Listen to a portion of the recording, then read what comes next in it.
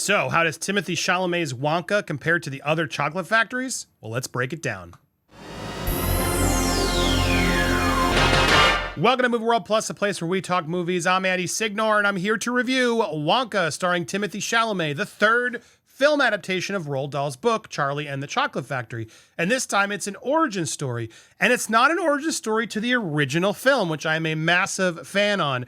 Yes, I think Gene Wilder is the best Willy Wonka because he's just sort of maniacal, psychopathic. Johnny Depp does a great job, doing his own version, but still sort of trying to keep true to that vibe of Gene Wilder's while making it his own. However, I gotta always stand firm and say Gene Wilder is the best. And I love Mel Stewart's adaptation.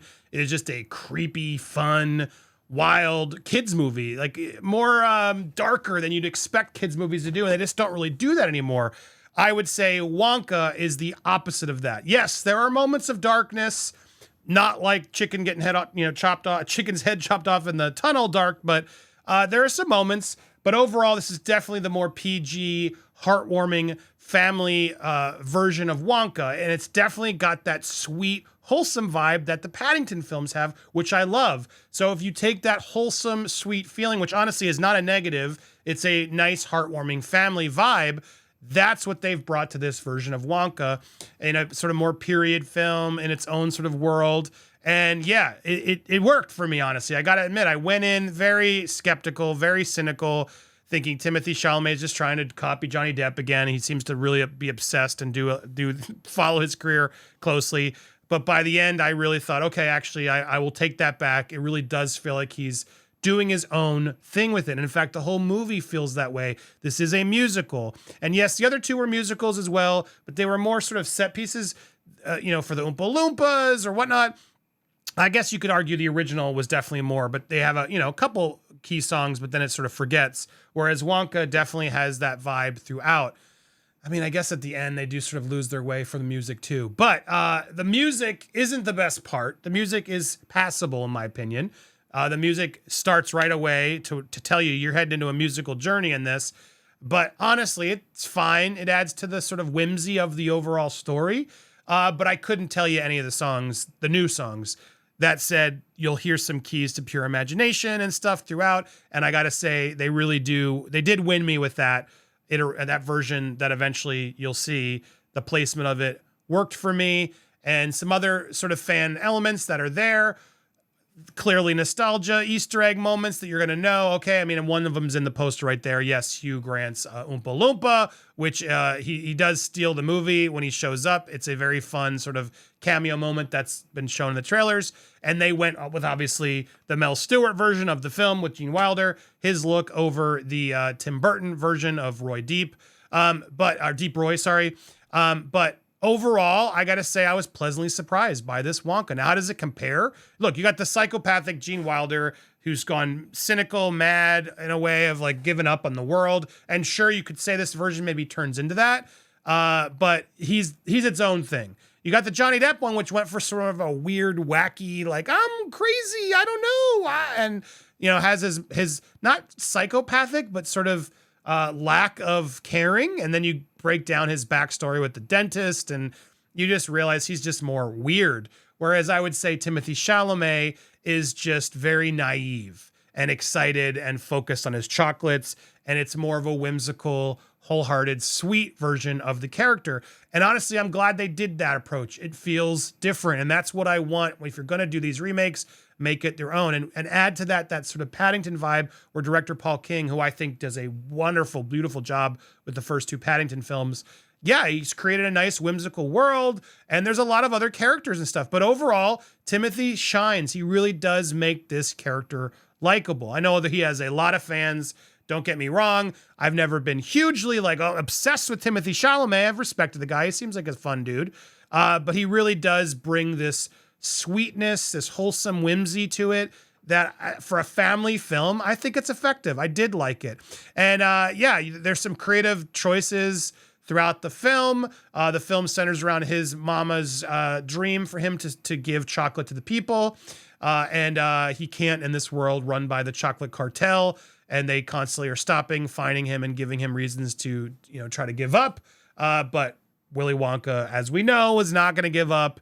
And I have to say, I really enjoyed the finale. The finale is a lot of fun and got me a little misty, and just it's well put together. And again, I got to give Paul King credit and Timothée Chalamet credit. They really do create a nice, whimsical, sweet is the word. Just like the candy, it is a sweet story by the end, and it's surrounded by a pretty good cast, I got to admit, with Keegan-Michael Key as the chief of police, sort of being paid off by the chocolate cartel to make Wonka's life hell, and then these other characters he meets in a scenario. I don't want to spoil the sort of plot points of the movie exactly, but he runs along some others. Then he meets Slugworth, the other chocolatiers who are trying to stop him.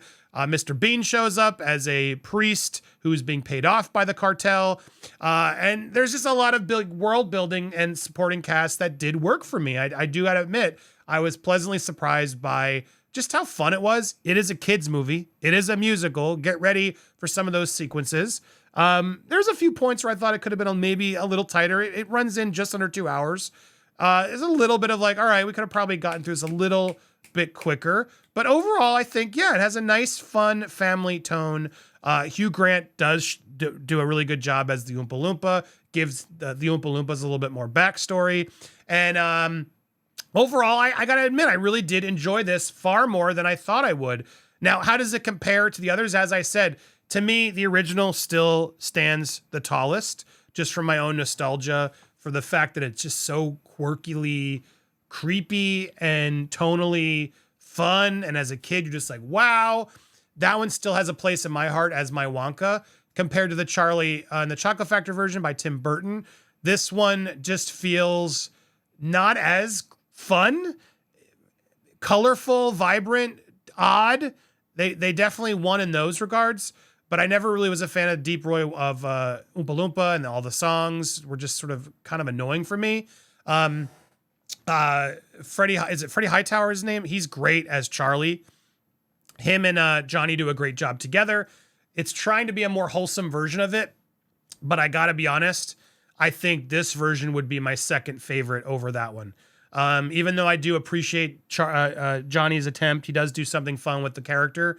I think this one feels more different from the source material and closer to the book, whereas Tim Burton's version feels like a odder version of this, but more family-friendly odder version of this that never fully worked for me, if I'm being honest. Whereas this one feels just a little bit more wholesome and sweeter and different in its own way. That I gotta say, I still would rate this, the original Gene Wilder one above, but I'd put the Timothy one in a solid separate place on its own. Because again, this is a prequel to the book, not the movies. While they do embrace the movies, and they clearly embrace more of the Gene Wilder version, it seems, from the Oompa Loompas and the songs that they choose to use, it's its own thing. I will admit, it's its own thing, and I respect it for that. So good job. It's a good time at the movies. I think it's a good family Christmas movie, holiday, bring the kids together, nice big set pieces, very colorful, really good set designs and wardrobe. And he does this fun stuff with the chocolate. He's just infectious in his love of the chocolate, of its ingredients, that you really do enjoy. Looking for the photo, you enjoy his excitement. And even though it's unrealistic at times, they're like, well, how's this making sense?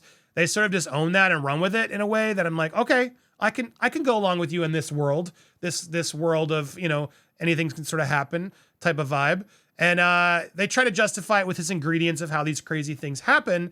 But overall, I enjoyed the quirkiness of it without it being super weird and crazy in this more Harry Potter-esque Paddington world, which is what the producers of Harry Potter, director of Paddington, they did a nice hodgepodge to create this nice family version of Wonka that also feels like, okay, this is different than the original. And you could watch this and then still watch the later ones and sort of figure out what you want to do better. Because again, I guess that's part of my problem with the Tim Burton and the Gene Wilder version.